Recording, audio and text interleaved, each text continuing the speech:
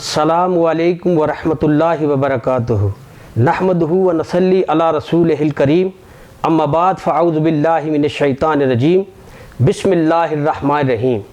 محمد جہانگیر مصطفی programme رمضان المبارک میں خوش آمدید۔ آج میرے ساتھ مہمان حضرت علامہ صاحبزادہ احمد حسن کریمی صاحب دامت برکاتہم العالیہ تشریف رکھتے ہیں۔ علامہ صاحب مجھے یہ بتائیں، یہ مہینہ رحمت والا مہینہ ہے، لیکن مجھے یہ بتا دیں، ناظرین کو یہ بتائیں، یہ رحمت ملے گی کس طرح؟ السلام علیکم ورحمۃ اللہ وبرکاتہ۔ الحمدللہ رب العالمین والصلاة والسلام علی سید الانبیاء والمرسلین۔ محترم جناب محمد جہانگیر مصطفی صاحب، آپ کا شکریہ جو آج اس پروگرام میں کچھ کلمات کہنے کے لیے آپ نے ہمیں مدعو کیا، اور جیسا کہ یہ رحمت کا عشرہ ہے اور آپ نے رحمت کے متعلق سوال کیا، اور یہ بہت ہی خوبصورت سوال ہے اس ماہ مبارک کے اس خوبصورت عشرے میں، تو اس کے حوالے سے عرض یہ ہے، آپ نے پوچھا کہ رحمت ہمیں کیسے ملے گی، تو تھوڑا سا میں ابتدا میں پہلے رحمت کے متعلق عرض کر دوں، پھر ہم اس کے بارے میں بات کریں گے کہ یہ رحمت ہمیں نصیب کیسے ہوگی۔ تو ایسا ہے کہ اللہ رب العزت نے قرآن مجید فرقان حمید میں ارشاد فرمایا وَرَحْمَتِي وَسِعَتْ كُلَّ شَيْءٍ، فرمایا کہ میری رحمت ہر شے سے وسیع ہے۔ اور اللہ رب العزت نے حدیث مبارکہ میں ہے کہ حضور نبی رحمت شفیع معظم صلی اللہ تعالیٰ علیہ وآلہ وسلم نے ارشاد فرمایا کہ اللہ رب العزت نے اپنی رحمت کے 100 حصے پیدا فرمائے، اور اس میں سے اس نے ایک حصہ زمین میں اتارا، اور 99 حصے کل قیامت کے دن کے لیے اس نے بچا کے رکھ لیے۔ اور حضور فرماتے ہیں کہ جو کائنات میں، زمین میں جو لوگ ایک دوسرے سے محبت کرتے ہیں، والدین اولاد سے محبت کرتے ہیں، یہاں تک کہ ایک وحشی جانور جو اپنی اولاد سے محبت کرتا ہے، یہ سب اس ایک رحمت کا حصہ ہے جو اللہ نے زمین پہ اتارا ہے، جس سے ہم اللہ رب العزت کی رحمت کی جو وسعت ہے اس کا اندازہ لگا سکتے ہیں کہ کل کائنات میں جو ایک دوسرے کے ساتھ ہم محبت کرتے ہیں، والدین اپنی اولاد سے اور ایک دوسرے سے جو جتنی بھی محبت ہے، وہ ساری کی ساری اس محبت کا، یہاں تک کہ ایک ماں اپنے بیٹے کو تڑپتی دھوپ میں ننگے پاؤں چلتا ہوا دیکھنا برداشت نہیں کرتی، اور ایک وحشی جانور اپنے بچے سے جو محبت کرتا ہے، یہ بھی اس ایک رحمت کے حصے میں سے کچھ حصہ ہے، ماشاءاللہ، اور باقی 99 حصے اللہ نے کل قیامت کے دن رکھ دیے ہیں۔ تو خود اندازہ کریں کہ کل قیامت کے دن اللہ کی رحمت کا پھر عالم کیا ہوگا، کہ ایک رحمت جو اس نے اپنی مخلوق کو عطا فرمائی ہے، اس کا یہ ہے کہ ذرہ برابر ماں اپنے بچے کو ہلکی تکلیف بھی دیکھنا برداشت نہیں کرتی، تو وہ کریم اس قیامت کے دن اس کی رحمت کی عالم کیا ہوگا۔ تو یہ اس کی رحمت وسیع ہے۔ اسی حوالے سے دوسرا یہ ہے کہ آیا ہم اس رحمت کو کیسے حاصل کر سکتے ہیں، ہمیں اس کی رحمت کیسے نصیب ہوگی؟ ہر شخص اللہ کی رحمت کی بات کرتا ہے، اس کی بارگاہ میں رحمت کا سوال بھی کرتا ہے کہ مالک ہمیں اپنی رحمت نصیب فرما، اپنی برکت نصیب فرما، مگر سوال یہ ہے کہ ہمیں یہ رحمت کیسے نصیب ہوگی؟ تو آئیں قرآن سے پوچھتے ہیں۔ قرآن میں اللہ رب العزت نے فرمایا ان رحمت اللہ قریب من المحسنین، میں بے شک اللہ کی رحمت قریب ہے ان لوگوں کے جو احسان کرنے والے ہیں، جو بھلائی کرنے والے ہیں، جو دوسروں کے ساتھ احسان کرتے ہیں، بھلائی کرتے ہیں۔ یہاں میں بات کروں خانوادہ رسول کی، اہل بیت رسول کی، وہ جو سراپا رحمت تھے کہ فرمایا وَيُطْعِمُونَ الطَّعَامَ عَلَى حُبِّهِ مِسْكِينًا وَيَتِيمًا وَأَسِيرًا إِنَّمَا نُطْعِمُكُمْ لِوَجْهِ اللَّهِ لَا نُرِيدُ مِنْكُمْ جَزَاءً وَلَا شُكُورًا، کہ وہ اہل بیت رسول جو مسکینوں کو کھانا کھلاتے ہیں، یتامہ کو کھانا کھلاتے ہیں، غرباء کو کھانا کھلاتے ہیں، اور صرف اس لیے اللہ کی رضا کی خاطر۔ تو گویا معلوم یہ ہوا کہ جو اللہ کی مخلوق کے ساتھ بھلائی کرتا ہے، احسان کرتا ہے، اللہ کی محبت میں اللہ رب العزت انہیں اپنی رحمت نصیب فرماتا ہے۔ سبحان اللہ۔ اسی طرح دوسری حدیث پاک میں آتا ہے، حضور نے ارشاد فرمایا ارحموا اہل الارض یرحمکم من فی السماء۔ سبحان۔ حضور نے فرمایا تم زمین والوں پہ رحم کرو، عرش والا تم پہ مہربانی کرے گا۔ ماشاءاللہ۔ معلوم ہوا کہ اللہ کی رحمت کے حصول کا ایک سبب اللہ کی مخلوق کے ساتھ محبت کرنا ہے، سبحان۔ اللہ کی مخلوق کے ساتھ بھلائی کرنا ہے، ان کے ساتھ احسان کرنا ہے۔ ایک شخص راتوں کو اٹھ کر تہجد میں اللہ کے حضور سجدہ ریز ہوتا ہے، مغفرت کی دعا کرتا ہے، رحمت کی دعا کرتا ہے، مگر اگلے دن جب وہ صبح اٹھتا ہے اللہ کی مخلوق کو تکلیف دیتا ہے، ہمسایوں کو تکلیف پہنچاتا ہے، اپنے لہجے سے، اپنی زبان سے، اپنی کردار سے لوگوں کو تکلیف پہنچاتا ہے، تو مصطفی صاحب ہرگز ایسا شخص اللہ کی رحمت کو نہیں پا سکتا۔ اللہ کی رحمت کے طلبگار بننا چاہتے ہیں ہمیں تو اللہ کی خاطر اس کی مخلوق سے محبت کرنی ہوگی، اس کی مخلوق کے ساتھ بھلائی کرنی ہوگی۔ حدیث مبارکہ میں ہے، مسلم شریف کی حدیث مبارکہ ہے، میرے اور آپ کے پیارے آقا کریم علیہ الصلوۃ والسلام نے ارشاد فرمایا کہ ایک عورت، اس نے بلی نے کوئی نقصان کر دیا اس کا، تو اس عورت نے اس بلی کو باندھ کے رکھا اور نہ اس بلی کو کھانے کو دیا نہ پینے کو دیا، یہاں تک کہ وہ بلی بھوک اور پیاس کی وجہ سے مر گئی۔ میرے آقا فرماتے ہیں کل قیامت کے دن اللہ رب العزت کو اس عورت کی بلی کو مارنے کی وجہ سے اللہ اسے کل جہنم کی آگ میں ڈالے۔ اللہ اکبر۔ تو آپ اندازہ کریں کہ اگر ایک بلی بھوکی مر جاتی ہے اور جو ہے اللہ رب العزت اس کے سبب اس عورت کو جہنم میں ڈالے گا۔ اور دوسری طرف آئیں تو یہ بھی مسلم شریف کی حدیث مبارکہ ہے، حضور نے ارشاد فرمایا کہ ایک فاحشہ عورت، ایک بدکار عورت جو اب بدکاری کرتی ہے اور بدکاری کی وجہ سے مشہور ہے، ایک دن وہ راستے سے گزری تو دیکھا کہ ایک کتا ہے جو کنویں کے ارد گرد منڈلا رہا ہے اور اس کی زبان باہر نکلی ہوئی ہے، جیسے محسوس ہوتا ہے کہ وہ پیاسا ہے مگر وہ پانی تک نہیں پہنچ پاتا۔ تو اس فاحشہ عورت نے، اس بدکار عورت نے دیکھا کہ یہ کتا پیاسا ہے، تو اس نے اس اللہ کی مخلوق کی محبت میں اس نے کیا کیا، اپنے جوتے اتارے اور جوتے کو اپنے دوپٹے کے ساتھ باندھ کر کنویں میں ڈالا اور پانی نکالا اور اس پانی کو کتے کو پلایا۔ تو میرے آقا فرماتے ہیں اللہ رب العزت نے اس عورت کے اس عمل کے سبب اس کے سارے گناہوں کو معاف فرما دیا، سبحان اللہ۔ اور اللہ رب العزت کل قیامت کے دن اسے اس عمل کے سبب جنت میں داخلہ عطا فرمائے۔ ماشاءاللہ۔ دیکھیں ایک وہ کتا جسے ہم نجس کہتے ہیں، مگر یہ کہ مخلوق خدا تو ہے نا وہ، ایک بدکار عورت میں اگر اللہ کی مخلوق کی محبت پیدا ہوئی، اللہ اس کی اس بھلائی کی وجہ سے اللہ نے اس کے سارے گناہوں کو معاف فرما دیا۔ اور دوسری طرف ایک وہ عورت ہے جس نے ایک بلی کے ساتھ زیادتی کی، ظلم کیا، اسے بھوکا رکھا، پیاسا رکھا، اور اسی پیاسی اور بھوک کی وجہ سے وہ بلی مر گئی، تو اس کے اس عمل کے سبب اللہ اسے دوزخ میں ڈالے گا۔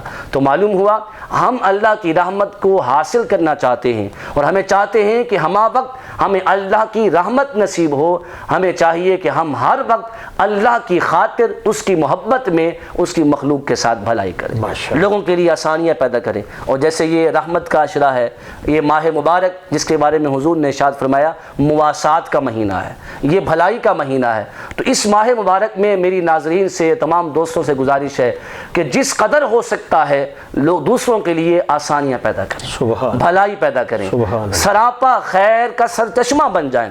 جب ہم دوسروں کے لیے خیر کا سرچشمہ بن جائیں گے، اللہ رب العزت ہمارے تمام معاملات میں ہمارے لیے آسانی پیدا فرمائے۔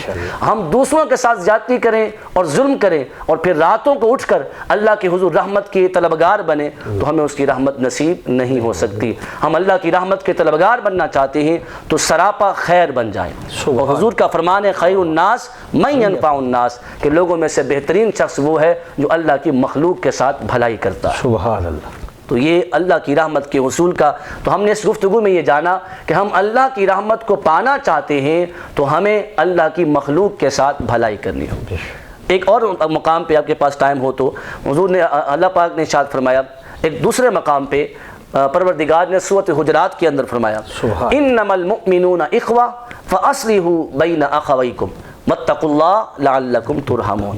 فرمایا بے شک مومن آپس میں بھائی بھائی ہیں، بے شک۔ پھر فرمایا آپس میں جھگڑا نہ کرو، فَأَصْلِحُوا بَيْنَ أَخَوَيْكُمْ، اگر کسی معاملے میں تمہارا آپس میں جھگڑا ہو جائے، فَأَصْلِحُوا بَيْنَ أَخَوَيْكُمْ، فوراً اپنے بھائیوں سے صلح کر لو۔ فوراً اپنے بھائیوں سے صلح کر لو. کیوں؟ واتقوا لعلکم ترحمون, اللہ سے ڈرو تاکہ تم پر رحم کیا جائے. معلوم ہوا صلح کے ساتھ رہنا, امن کے ساتھ رہنا, ایک دوسرے کے لیے سراپا خیر بن کے رہنا, لعلکم ترحمون, اللہ کی رحمت کے حصول کا سبب ہے. تو جو لوگ, آپ اس کا اندازہ بھی لگا سکتے ہیں, وہ گھر کہ جن گھروں میں اکثر خدا نہ خواستہ جھگڑے رہتے ہیں, ناچاکیاں رہتی ہیں, اس گھر سے برکت چلی جاتی ہے, وہاں اللہ کی رحمت کا نزول نہیں ہوتا. مگر اس کے برعکس وہ گھر کہ جس گھروں میں آپس میں اتفاق ہوتا ہے, آپس میں امن ہوتا ہے, ایک دوسرے کے لیے ہر ایک کی بھلائی چاہ رہا ہوتا ہے, وہاں برکتیں جو ہے, رحمتیں اللہ کی رب العزت کی چھماچم برس رہی ہوتی ہیں. تو معلوم ہوا جس مقام پہ, جس جگہ لوگ امن کے ساتھ, محبت کے ساتھ, اخوت کے ساتھ رہتے ہیں, وہی لوگ اللہ کی رحمت کے حصول کا سبب بنتے ہیں.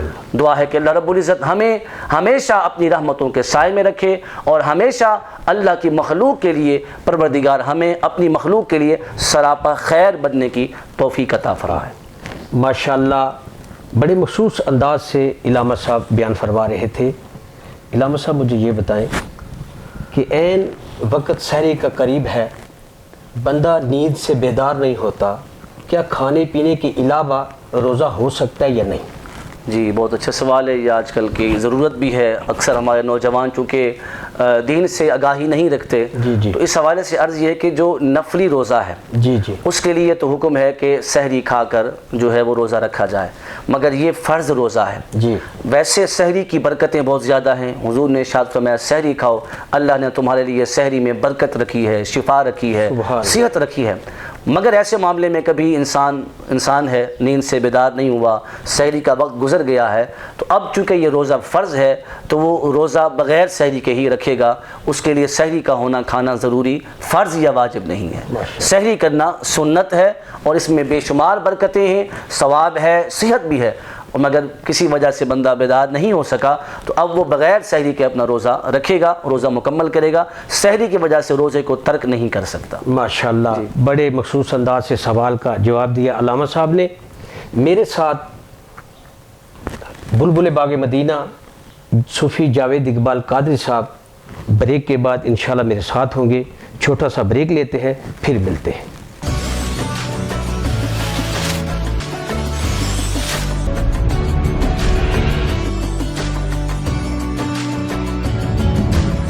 بسم اللہ الرحمن الرحیم. سب سے پہلے تو میں محترم جناب محمد جہانگیر مصطفی صاحب کا مشکور ہوں جنہوں نے رمضان ٹرانسمیشن میں مجھے دعوت دی. اللہ تبارک و تعالی ہمارے روزے رکھنا, نماز تراویح ادا کرنا اپنی بارگاہ عالیہ میں قبول و منظور فرمائے. تو چند اشعار سرکار کی بارگاہ میں. اعظم چشتی صاحب کا کلام, بڑا کمال کلام, اردو کلام. ماشاءاللہ.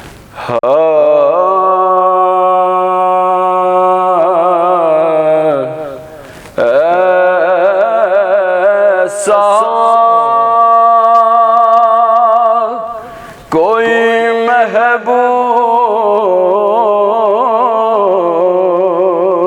محبوب نہ ہوگا نہ کہیں ہے,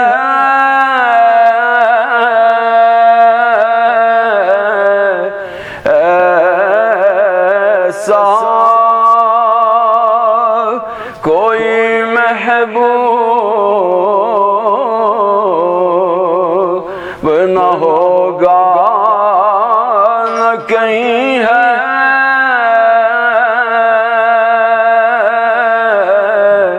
بیٹھا ہے چٹائی پہ مگر عرش نشیں ہے, بیٹھا ہے چٹائی پہ مگر عرش نشیں ہے.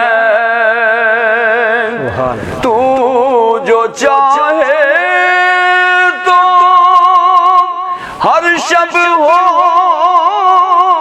مثال شب اسرا, تو جو چاہے تو ہر شب ہو مثال شب اسرا. تیرے لیے